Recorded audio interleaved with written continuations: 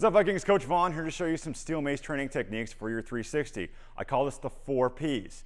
You want to push, pendulum, pull, and pause to enforce a better foundation to learn how to keep your posture correct with a good performance with your steel mace training.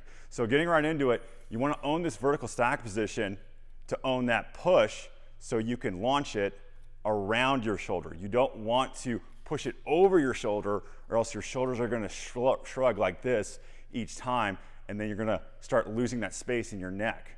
So be conscious of that. A good way to prevent that, because you have to push and pull into that pendulum, is to do a press out. So I press it out and I pull it back in. So I know I'm doing it wrong if I'm doing this. The mace is controlling me more so. So keep your hands stacked over the asymmetrical load right here, locking into your lats right here. So the difference between this, break it, pull it back in. That's how you know you can own your push. So then getting to the pendulum, notice how smooth it looks. I'm mainly using my index and thumb here so it can sway, just like somewhat of a kettlebell clean when it has to rotate around my wrist. I don't want to death grip it the whole time, or else the bell's going to slam against my forearm. Same thing here. If I death grip this, it's going to look like this. See the difference between this? I'm more so muscling it. It should look like this. Very fluid.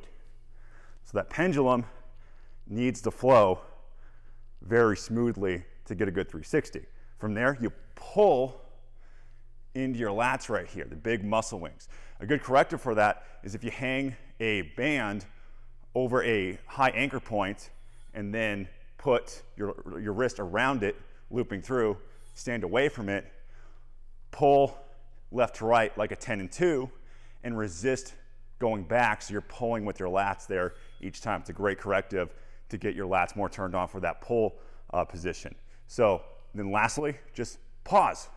People go way too fast, and all you have to do is pause, bring it down near your sternum, and because you don't want to be up here. I see a lot of people go too fast and they start doing this, and it starts impinging their shoulders. This doesn't do a whole lot performance-wise. You just want to simply pull and pause. So remember, push, pendulum, pull, pause. Take a little breath. There's no rush. So those are your tips for a better 360. Head over to coachvaughn.net to get more articles and ebooks for more great tips for your steel mace training. This is Coach Vaughn signing off. Hope you have fun with that.